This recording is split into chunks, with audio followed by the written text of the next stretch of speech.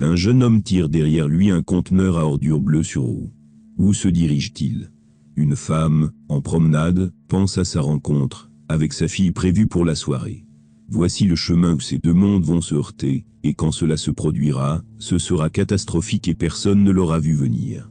Lindsay Burbeck, 47 ans, passionné de fitness d'Accrington, Lancashire, en Angleterre, aimait se promener au courir. Elle pratiquait cette activité depuis des années, appréciant de rester en bonne santé et active.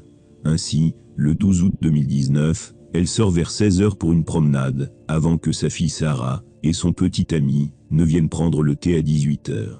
Elle commence sa marche sur Burnley Road, puis se dirige vers Peel Park Avenue en direction d'une zone connue sous le nom de Coppice. C'est une zone boisée, avec des sentiers pédestres à Accrington. Lindsay est allée de nombreuses fois, elle ne se sent donc pas inquiète en chemin. Pourquoi le serait-elle, alors que l'endroit est souvent fréquenté par des gens avec leurs chiens, des familles jouant au ballon et des résidents plus âgés en quête d'air frais? Une autre femme, Zoé Braithwaite, se promène également dans le Coppice à peu près au même moment. Elle remarque un homme portant un sweat à capuche sombre et un pantalon de survêtement, les mains profondément enfoncées dans ses poches, marchant seul sur un chemin proche du sien. Il semble vraiment déplacé. Peut-être est-ce plus un sentiment qu'autre chose, mais son comportement est étrange, comme s'il cherchait quelque chose ou évaluait Zoé. Ses sens s'aiguisent lorsqu'elle le voit réduire rapidement la distance entre eux. Elle décide alors de s'enfuir en courant, cherchant d'autres promeneurs tout en descendant la colline. En se retournant, elle voit que l'homme a rapidement pris la fuite dans l'autre direction. Zoé a eu beaucoup de chance ce jour-là, sans se rendre compte à quel point. L'homme n'a pas quitté la zone. Il se cachait, guettant une autre victime potentielle. Et quelques minutes plus tard, Lindsay entre dans le Coppice. À 16 h 30, le téléphone de Lindsay cesse de fonctionner. Plus d'appels ni de messages. Soit il est éteint, soit il est cassé, mais pas par la main de Lindsay. À 18 h, la fille de Lindsay, Sarah, et son petit ami se tiennent devant la porte de Lindsay, frappant sans obtenir de réponse. La voiture de Lindsay est toujours dans l'allée. Sarah a oublié sa clé de secours chez elle, ils ne peuvent donc pas entrer. Vers 18 h 30, un jeune homme au comportement étrange sort du Coppice sur Burnley Road. En fait, c'est le même homme que Zoé Braithwaite a croisé plus tôt. Sa veste est dézippée, son torse nu, et les genoux de son pantalon de survêtement sont mouillés, comme s'il avait fait quelque chose de plus intense qu'une simple promenade ou course. Il est capturé par une caméra de surveillance en sortant. Il réapparaît devant la caméra à 18 h 55, avec un sac à dos, puis à 20 h 28, tirant une poubelle bleue sur roue en direction du cimetière d'Accrington, à 4 minutes de là. Sarah Burbeck envoie plusieurs textos à sa mère sans réponse, ce qui est inhabituel pour elle. Sarah commence à s'inquiéter sérieusement au fil des minutes. À 23 h 45, elle et son père reviennent chez Lindsay, avec une clé de secours. Sarah a appelé son père, inquiète de l'absence de sa mère et du fait qu'elle ne répondait ni aux appels ni aux textos. À leur arrivée, ils fouillent toute la maison, mais personne n'est là. Tout semble normal, rien n'est déplacé ou perturbé. À minuit et 11 minutes, le 13 août 2019, Tim, l'ex-mari de Lindsay, appelle la police pour signaler la disparition de son ex-femme. Une enquête est rapidement lancée. Tim avait rencontré Lindsay dans sa vingtaine lors d'une sortie nocturne, et depuis, ils étaient inséparables. Ils s'entendaient à merveille, et appréciaient passer du temps ensemble. Après des années de fréquentation, ils décident de se marier. Puis viennent leurs merveilleux enfants, Steven et Sarah. Steven est né en juin 2000 et Sarah en octobre 2002. Lindsay se distingue par son travail d'assistante éducative pour enfants à besoins spéciaux à l'école primaire Eton Hill à Burnley. Elle travaille dur pour aider les autres, parce qu'elle aime ça.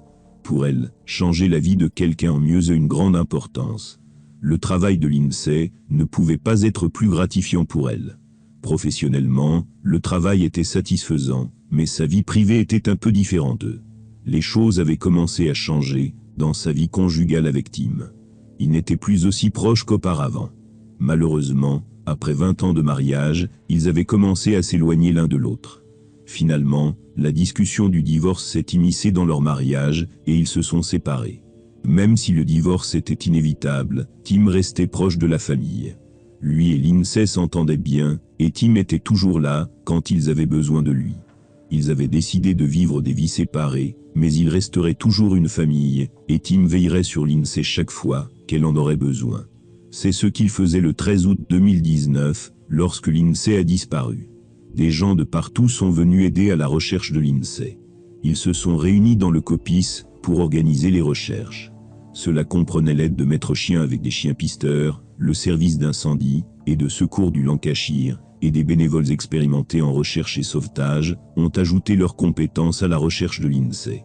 Beaucoup d'autres membres de la communauté étaient prêts à donner de leur temps et se sont portés volontaires pour aider. Des drones et des hélicoptères ont été utilisés pour rechercher dans le COPIS et les environs. D'autres ont travaillé sur l'angle des médias sociaux, et d'autres bénévoles ont créé des flyers à distribuer dans toute la commune.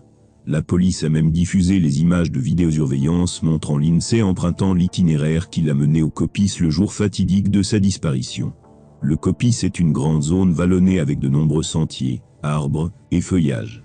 La famille savait que Lindsay aimait y courir et y marcher. Tout, depuis l'arrière-plan de Lindsay et les images de vidéosurveillance, indiquaient que c'était là qu'elle aurait pu aller. Le 19 août, une semaine s'était écoulée depuis la disparition de Lindsay. Elle était toujours considérée comme une personne disparue, mais chaque jour qui passait diminuait l'espoir de la retrouver vivante. Le 24 août 2019, Morgan Parkinson se promenait avec son chien au cimetière d'Accrington lorsque soudainement, le chien se précipita vers une zone boisée à l'écart. Parkinson appela le chien, mais elle ignora ses commandes. En la rejoignant, il marcha sur quelque chose de mou et recula, tirant le chien avec lui. C'est alors qu'une odeur putride lui frappa les narines. L'odeur de quelque chose de pourri et en décomposition était forte dans l'air. C'était un corps nu, enveloppé dans du plastique transparent et placé dans une tombe peu profonde, recouvert de feuillage lâche dans une tentative de le dissimuler. Le 24 août 2019 à 19h, Lindsay Burbeck a été retrouvé. Ce qui était initialement une enquête sur une personne disparue s'est transformé en une enquête pour meurtre, lancée officiellement. Les autorités locales ont sécurisé la scène, collecté des preuves et envoyé les restes pour une autopsie immédiate. La pathologiste, le docteur Nami Carté, a informé les enquêteurs qu'il y avait eu une tentative de sectionner la jambe droite de Lindsay, probablement post-mortem. Cette tentative de démembrement a été effectuée à l'aide d'une scie, comme en témoignent les marques de dents de scie dans la profonde lacération coupant jusqu'à l'os et la rotule. On ne sait pas si le tueur a tenté de découper le corps pour faciliter son élimination, mais a échoué. Lindsay était décédée depuis un certain temps, rendant difficile pour le docteur Carté de déterminer les blessures exactes en raison de la dégradation avancée du corps. Un corps laissé à l'extérieur pendant 12 jours serait naturellement gonflé à cause des gaz naturels de la décomposition, et la couleur de la peau passerait du vert à une couleur rougeâtre due à la décomposition du sang. Le docteur Carté n'a pas pu exclure une activité sexuelle en raison de la décomposition. Cependant, les ongles de Lindsay étaient encore intacts et pourraient potentiellement contenir des preuves ADN laissées par le tueur. Lindsay était décédée depuis un certain temps, ce qui rendait difficile pour le docteur Carté de déterminer les blessures exactes en raison de la dégradation avancée du corps. Une enquête approfondie a révélé qu'une force considérable avait été utilisée pour fracturer le cou de Lindsay, en particulier pour causer des dommages par écrasement à la gorge et au larynx. Cette fracture du cou peut résulter d'une compression sévère, comme des coups de pied ou de genoux violents. Si la force est suffisante, le cou peut se briser au niveau de la jonction C1, appelée fracture de Jefferson, ou au niveau de C2, la fracture du pendu, entraînant une séparation ligamentaire de la colonne vertébrale de la base du crâne, ce qui entraîne la mort en quelques secondes. Les enquêteurs ont trouvé une scie à manche jaune et une paire de gants verts près de l'endroit où Lindsay a été retrouvée. Ces objets étaient positifs pour le sang. L'extérieur des gants contenait l'ADN de Lindsay, mais l'intérieur des gants contenait l'ADN d'un individu inconnu non enregistré dans le système. Une paire de chaussures de sport cachées, que Lindsay portait, a été trouvée dans un sac en plastique bleu. Étrangement, les semelles des chaussures avaient été coupées et jetées dans une benne à ordures du cimetière. Le conteneur à ordures bleu a été minutieusement analysé et examiné. Il a été frotté pour des preuves et confirmé que l'ADN trouvé à l'intérieur était celui de Lindsay. Des cheveux appartenant également à Lindsay ont été trouvés à l'intérieur. Comme pour tout meurtre, la famille est toujours examinée et interrogée en premier. Ils sont les plus proches des victimes et pourraient avoir des raisons de vouloir éliminer la victime de leur vie. L'ex-mari de Lindsay, Tim, a été le premier à être examiné. Tim Burbeck a été minutieusement vérifié par la police. Il avait un alibi et avait été vu par d'autres personnes, ce qui l'a finalement exclu de l'enquête. Maintenant que Tim Burbeck avait été exclu de l'enquête, la police devait examiner toutes les preuves collectées qui pourraient les mener au véritable meurtrier de Lindsay Burbeck. Pendant leur enquête, un officier examinant les images de vidéosurveillance a découvert des éléments choquants. D'abord, Lindsay est vue par la caméra commençant sa promenade de l'après-midi. Ensuite, les images montrent un jeune homme tirant une poubelle bleue sur roue, se dirigeant vers le copice. Tout cela se passait en plein jour, mais passait inaperçu par les gens aux alentours. Plus tard, le jeune homme amène la poubelle au cimetière, puis est capturé par la caméra quittant le cimetière, les mains vides. Ce jeune homme était Rocky Marciano Price, 16 ans, nommé d'après un célèbre boxeur, vivant avec ses parents et 5 frères et sœurs, dans la région de Winahill à Accrington, où il résidait depuis près de 3 décennies. Rocky aidait à la ferme familiale, s'occupant notamment des poules, qu'il aimait beaucoup. Il appréciait aussi regarder des films, et jouer à des jeux vidéo, des activités normales pour un enfant de son âge. Cependant, Rocky n'était pas considéré comme normal par le monde extérieur en raison de ses défis et de ses problèmes de santé liés à l'autisme. Il avait un autisme léger, et des difficultés d'apprentissage, ne fréquentait pas l'école traditionnelle, et était peu verbal, avec un QI inférieur à la moyenne de 65. Diagnostiqué avec autisme et TDAH, Rocky était devenu élève dans une école alternative pour les personnes ayant des besoins éducatifs spéciaux. Les enseignants de Rocky le décrivaient comme quelqu'un de calme, et presque non-verbal la plupart du temps. Il n'avait jamais constaté d'agressivité chez lui, ni ne l'avait vu se mettre en colère. Évalué par un psychologue en 2015, Rocky avait du mal à identifier les émotions chez les autres, et à exprimer ses propres émotions. Il n'avait jamais eu de démêlés avec la loi ni de réprimande de la part des autorités. Il était discret, réservé et restait dans son monde. Cependant, comme mentionné précédemment, le 12 août 2019, vers 18h30, Rocky est capturé par une caméra de vidéosurveillance quittant le copy sur Burnley Road, la veste dézippée, le torse nu, et les genoux de son pantalon de survêtement mouillé. Il ne semblait pas agité, et donnait l'impression d'avoir fait autre chose que simplement marcher. Il a fait 2 voyages au copice à 18h55, sans paraître paniqué ni troublé. Il a quitté calmement le copice après avoir prétendument assassiné Lindsay Burbeck, planifiant sereinement comment transporter son corps du copice au cimetière pour s'en débarrasser, sans se presser. Rocky ne connaissait pas Lindsay, bien qu'il habitait à seulement 3 minutes de chez elle. Ils ne s'étaient jamais rencontrés auparavant, et l'attaque était non provoquée. Qu'est-ce qui aurait pu pousser un jeune homme à commettre un crime aussi odieux ? Était-ce de la curiosité de la manière la plus brutale, ou quelque chose l'a-t-il fait craquer ? Bien qu'il ait été décrit comme inexpressif, par ceux qui le connaissaient dans le monde extérieur, quelque chose en lui aurait-il pu se déchaîner de la manière la plus horrible. Les parents de Rocky l'ont accompagné au poste de police locale après l'avoir vu sur les images de vidéosurveillance diffusées à la télévision, utilisées par la police, pour solliciter des informations sur la femme disparue nommée Lindsay Burbeck. Incertains de son implication, ils ont été choqués en découvrant la raison. Peu après, Rocky a été arrêté, suspecté du meurtre de Lindsay Burbeck. Ses parents étaient convaincus que leur fils était innocent. Interrogé pendant plusieurs jours, Rocky a continué à nier toute responsabilité dans la mort de Lindsay. Il a finalement déclaré à la police qu'un inconnu lui avait proposé une grosse somme d'argent pour se débarrasser du corps. Rocky a maintenu son histoire selon laquelle il n'avait pas tué Lindsay, affirmant qu'il n'avait fait que déplacer son corps. Il a déclaré qu'il n'avait jamais rencontré l'homme qui lui avait prétendument demandé de déplacer le corps avant ce jour-là, et qu'il n'avait pas eu de contact avec lui depuis. Selon Rocky, l'homme lui avait dit que l'argent serait laissé pour lui dans le copice, là où le corps avait été initialement, mais il n'avait trouvé aucun argent après avoir terminé le travail qu'il avait prétendument été engagé pour faire. Restait à savoir s'il disait la vérité, ou s'il inventait une histoire. Lors de son premier procès en janvier 2020, Rocky a maintenu son innocence concernant le meurtre. Cependant, avec les preuves accumulées et l'enquête menée, il n'a fallu que 3 heures au jury pour déclarer Rocky coupable de meurtre. Mais alors que le procès touchait presque à sa fin, une pause inattendue est survenue en raison de l'apparition de nouvelles images de téléphones portables montrant un homme prétendant être impliqué dans le meurtre de Lindsay Burbeck.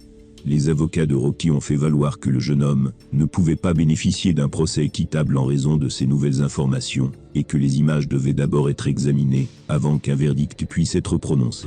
Le premier jury a été libéré, et le procès a été suspendu en attendant les nouvelles preuves.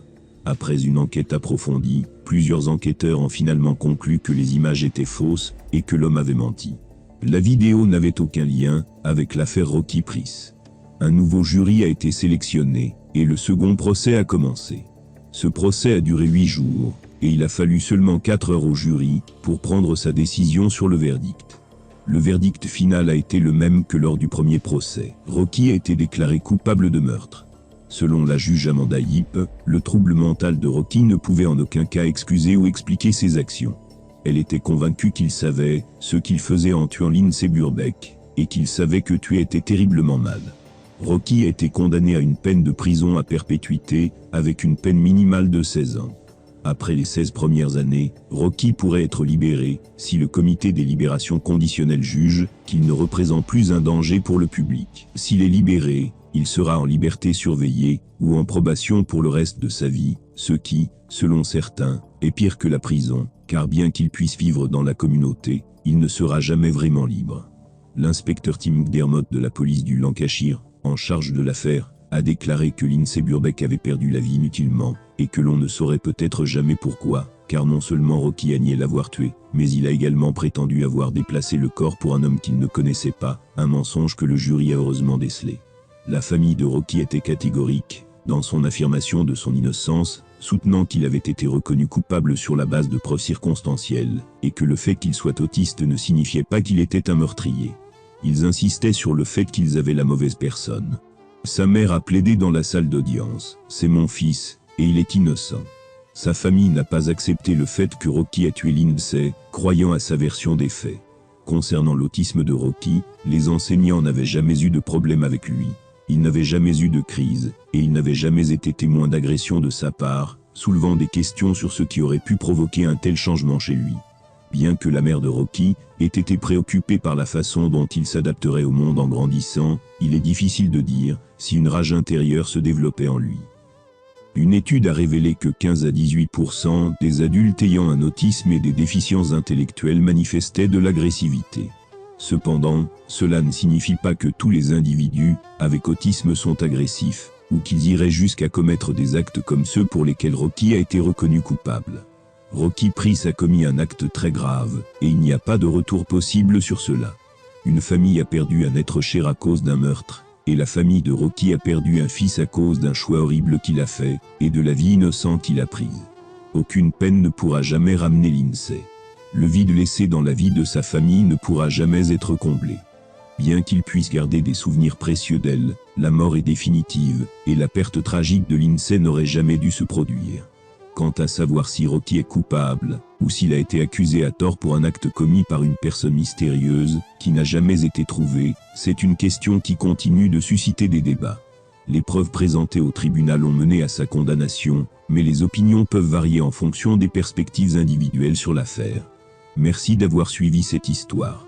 Vos réflexions et opinions sur cette affaire sont importantes, et peuvent contribuer à une discussion plus large sur la justice, la santé mentale, et la façon dont la société gère des cas aussi complexes. Un petit débrief les gars, en fait cette affaire elle est très triste. Parce que déjà il ne faut jamais justifier un tel crime, parce que c'était un crime horrible. Il y avait même une tentative de découper la jambe de la dame Lindsay, la pauvre qui n'a rien demandé, elle voulait juste se promener et attendre sa fille qui allait visiter avec son copain à 6h pour boire un thé. Et à la fin, Lindsay elle se fait tuer et elle reste dehors pendant 12 jours. 12 jours, imagine un corps en fait, 12 jours dans la nature. Tu peux même pas reconnaître la personne après 12 jours. Et de l'autre côté, en fait, il s'agit d'un criminel qui a un autisme. Et selon la juge, elle a dit les termes, elle a dit que rien ne peut justifier ce crime. Et on sait, et on est tous d'accord, que cette personne qui a commis ce crime, il savait ce qu'il faisait, il savait que c'est des choses qu'il ne fallait pas faire. Mais certainement, pour juger comme ça, en fait, dans une situation pareille, c'est très très compliqué.